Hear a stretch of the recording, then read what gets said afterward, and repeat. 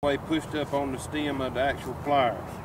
This sheep has got a scrapie tag in her that is unlawful to remove. We will not remove that. Just be sure you put the got to be NC tag in the opposite ear as a scrapie tag, which will all be recorded on the tag record.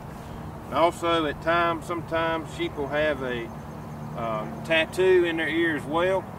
Be sure you avoid that, and also be sure you avoid any kind of ribs or veins in those ears as well.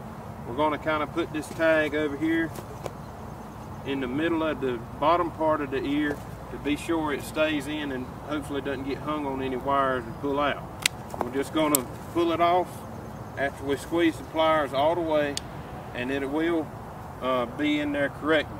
And again, we're going to make sure we rotate that tag just to be sure it's in there right and it's all done. We need to make sure after we've administered the tag and rotated it and ensured that it's in correctly, that there is a space, a small gap in between the top of the EID tag and the top rib of the ear. As you can see, there is a small space, not a large space, but a small space to ensure no infection occurs inside of that ear. Using the correct tag applicator and plastic insert will also help ensure that.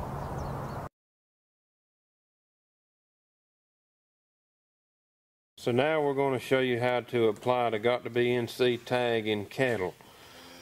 All Got to Be NC tag program producers will be receiving, after your application form is received, you'll be receiving a hanging tag for your cattle. In some cases, some producers already have a 840 ear tag number, which is a USDA officially recognized form of identification. You'll receive that with a BANGS vaccination protocol. If you do not have either one of these tags, you'll receive them both, the electronic tag and the hanging tag itself. For the hanging tag, you need to use the either the Allflex Total Tagger or the Retractomatic, just as long as the tag applicator itself matches the same manufacturer as the ear tag, which happens, in this case, happens to be Allflex. The Allflex Total Tagger comes with a plastic insert that must be used with the hanging tag. You just put it in, as I have here, and apply the button into the pin there and seated firmly, and as well centered in the tag itself. Next, we'll put the EID tag into a different tagger. As you can see, the insert is not in this tagger. It cannot be in this tagger for these EID tags in the cattle. The sheep and goat and swine tags are smaller, but the cattle tags are larger. You do not use the insert in the cattle tags. And as you can see, this little arrow needs to be pointed directly away from the tagger pliers itself. And just seat the button in there just like we did before with the hanging tag, and there you have your two Got to Be NC tags ready to apply to livestock. Alright, so this is our calf we have here today to put the Got to Be NC ear tag in. As you may see with some cooperation that we have a hole already in the center rib of this calf's ear. Typically speaking, in females, that would be reserved for the calf hood vaccination tattoo, so we'd have to miss that with any kind of tag we put in, as well as miss any other tattoos that may be in the cattle. So what I'm going to do, I'm going to just miss that hole just a little bit with that ear tag and put it where it's still visible to anybody wanting to look at the cattle. You see the numbers clearly.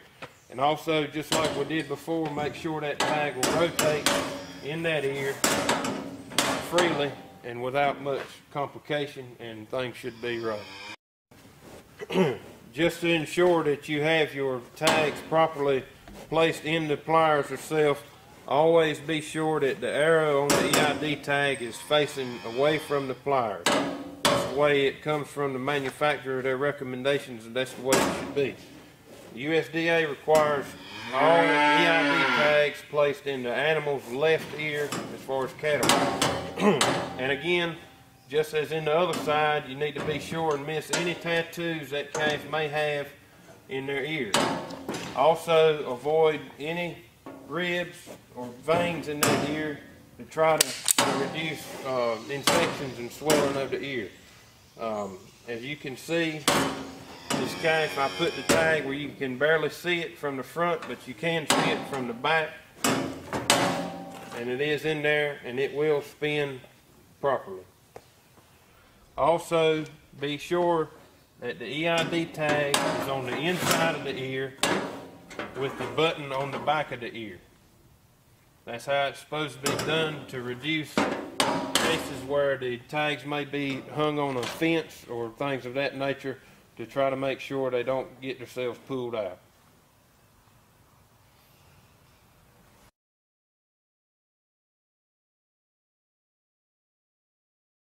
Now we're going to show how to apply correctly the swine tag in the swine or hogs.